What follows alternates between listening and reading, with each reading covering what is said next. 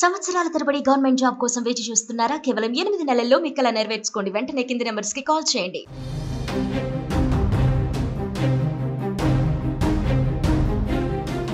పహల్గామ్ దాడి తర్వాత కాశ్మీర్లో సిచ్యువేషన్ ఎలా ఉందో మనందరికీ ఇప్పటికే తెలిసిన విషయమే.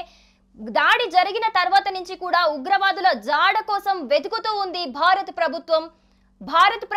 ఉగ్రవాదులపై ఉక్కుపాదం మోపుతున్నట్టుగా మనకి తెలుస్తోంది. ఉగ్రవాదుల శిబిరాలని ధ్వంసం చేస్తూ నేలమట్టం చేస్తూ వస్తోంది. ఇప్పటికే కొంతమంది ఉగ్రవాదుల ఇళ్లను కూడా ధ్వంసం చేసింది భారత ప్రభుత్వం.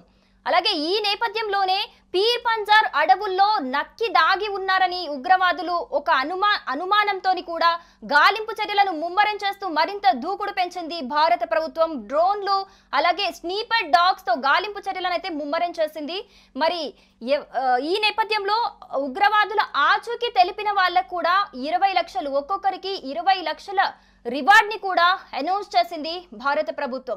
ఒకసారి దీనికి సంబంధించిన అప్డేట్స్ చూద్దాము. మరి ఎంతమంది ఉగ్రవాదుల ఇళ్లను ఇప్పటి వరకు ధ్వంసం చేసింది, వాళ్ళకి సంబంధించిన నేమ్స్ ఏమైనా ఉన్నా, అంటే ఎవరెవరి ఇళ్లను ధ్వంసం చేసింది ఏమైనా తెలుసా? అసలు ఉగ్రవాదుల ఆచూకీ ఇప్పటి వరకు ఏమైనా తెలిసిందా? ఇలాంటి అప్డేట్స్ అన్ని మనకు అందిస్తారు ప్రేమ్.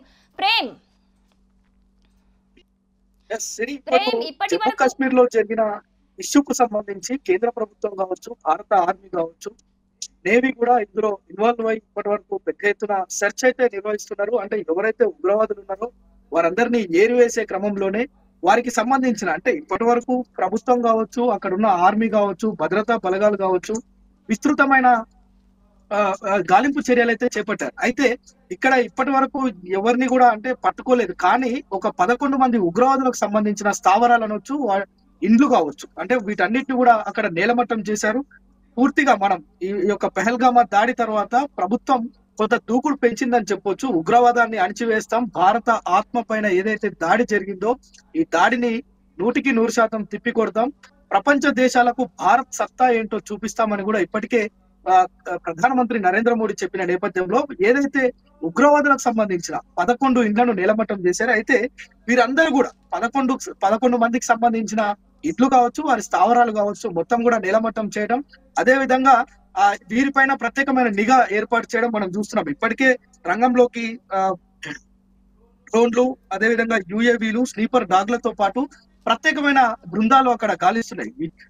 ఎట్టి పరిస్థితుల్లో ఉగ్రవాదుల మూలాలను జమ్మూ కాశ్మీర్ తదితర ప్రాంతాల్లో లేకుండా చేయడం అనేది ప్రభుత్వం ఏకైక లక్ష్యంగా పెట్టుకుంది. చూస్తున్నాం మనము దాడి జరిగిన రోజు నుంచి ఈ రోజు వరకు కేంద్రం కావచ్చు ఎక్కడ కూడా కొంత కూడా అంటే వెనకడుగు లేకుండా మొత్తం కూడా జల్లెడబడుతున్న పరిస్థితి మనకు అక్కడ కనిపిస్తుంది. మరోవైపు పాకిస్తాన్ కి సంబంధించిన నేతలు కావచ్చు, అక్కడున్న ఇతర పార్టీల నేతలు కావచ్చు, వారు కూడా అడ్డగోలు విమర్శలు చేస్తున్నారు ఇండియా పైన. అంటే నీటిని ఆపేస్తే మేమేంటో చూపిస్తాం, మా దగ్గర మా సత్తా ఏంటో మీకు చూపిస్తాం, మేము రంగంలోకి దిగితే మీరు తట్టుకోలేరు అన్నట్లుగా, అంటే వాపును చూసి బలుపు అనుకుంటుంది పాకిస్తాన్. అయితే ఈ నేపథ్యంలోనే ప్రభుత్వం చేపట్టే ఈ యొక్క కార్యకలాపాలు ఏవైతే ఉన్నాయో ఇదంతా కూడా పెద్ద ఎత్తున సాగుతుంది. అయితే ఇప్పుడు మన దగ్గర ఉన్న సమాచారం మేరకు ఇక్కడ ముఖ్యంగా ఈ యొక్క ఉగ్రవాదులు అనే అనుమానంతో పాటు ఉగ్రవాదులతోటి సంబంధాలు ఉన్న వ్యక్తులు 11 మంది ఇండ్లు ఏవైతే ఉన్నాయో అవన్నీ కూడా అద్నా షఫీతో పాటు ఫారూక్ అహ్మద్ తద్వి,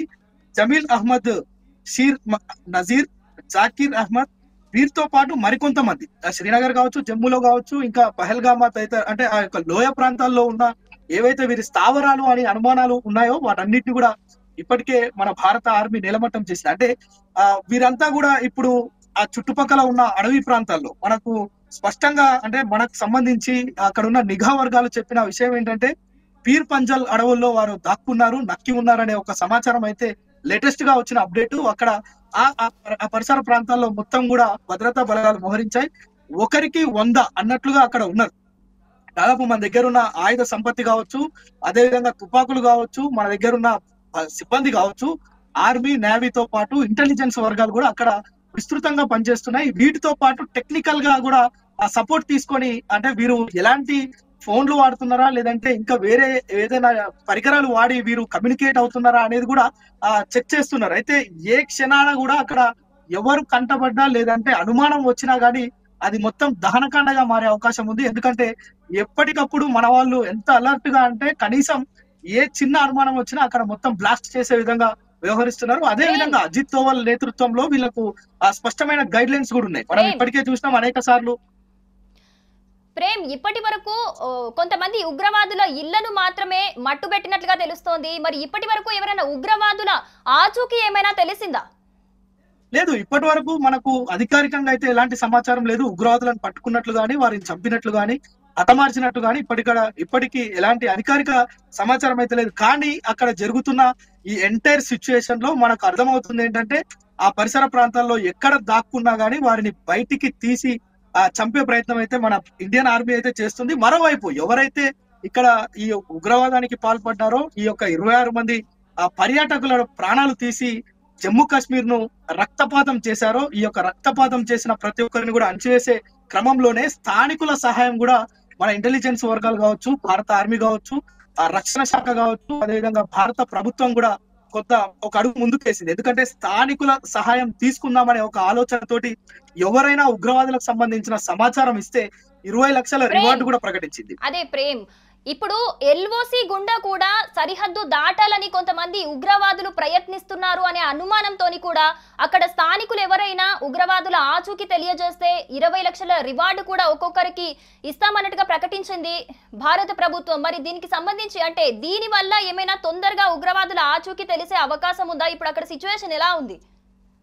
ఎగ్జాక్ట్లీ, ఎందుకంటే ఏదైతే ఉగ్రవాదులు ఉన్నారో ఆ చుట్టుపక్కల ప్రాంతాలు మనం చెప్పినట్లుగా ఇక్కడ ఉన్న ఫిర్ పంజాల్ అడవులు కావచ్చు, ఆ చుట్టుపక్కల ఉన్న ఫారెస్ట్ ఏరియాల్లో వీళ్ళు నక్కి ఉన్నారనే సమాచారం అయితే పర్ఫెక్ట్ గా ఉంది. అయితే వీరు తప్పించుకునే ప్రయత్నం, మనకు తెలుసు ఎవరైనా తప్పు చేసినప్పుడు లేదంటే ప్రాణాలు పోతాయని తెలిసినప్పుడు తప్పించుకునే ప్రయత్నం చేస్తారు. అదే పనిలో ఇప్పుడు ఉగ్రవాదులు కూడా ఉన్నట్లుగా తెలుస్తుంది. అయితే వీరు ఏ క్షణానైనా వీళ్లకు అవకాశం ఉన్న చోట తప్పించుకునే ప్రయత్నం చేస్తారని మన భారత ఆర్మీ మొత్తం కూడా ఎల్ఓసి ప్రాంతాలు అయితే ఏంటి, పాక్ ఆక్రమిత కశ్మీర్ ఏదైతే ఉందో ఆ పిఓకే ప్రాంతాల్లో కూడా భద్రతా బలగాలు మోహరించారు. అదే విధంగా మనకు సంబంధించిన యుద్ధ సామాగ్రి కూడా ఆడ పెద్ద ఎత్తున ఉంది. మనం నిన్ననే చెప్పుకున్నాం, ఏదైతే బార్డర్లలో వ్యవసాయం చేస్తూ జీవనం సాగిస్తున్న రైతులు ఉన్నారో వారికి స్పష్టమైన ఆదేశాలు జారీ చేసింది రక్షణ శాఖ. ఎవరు కూడా పొలాల వద్దకు వెళ్ళొద్దు, ఎందుకంటే ఏ క్షణాన ఏం జరుగుతుందో తెలియని పరిస్థితి.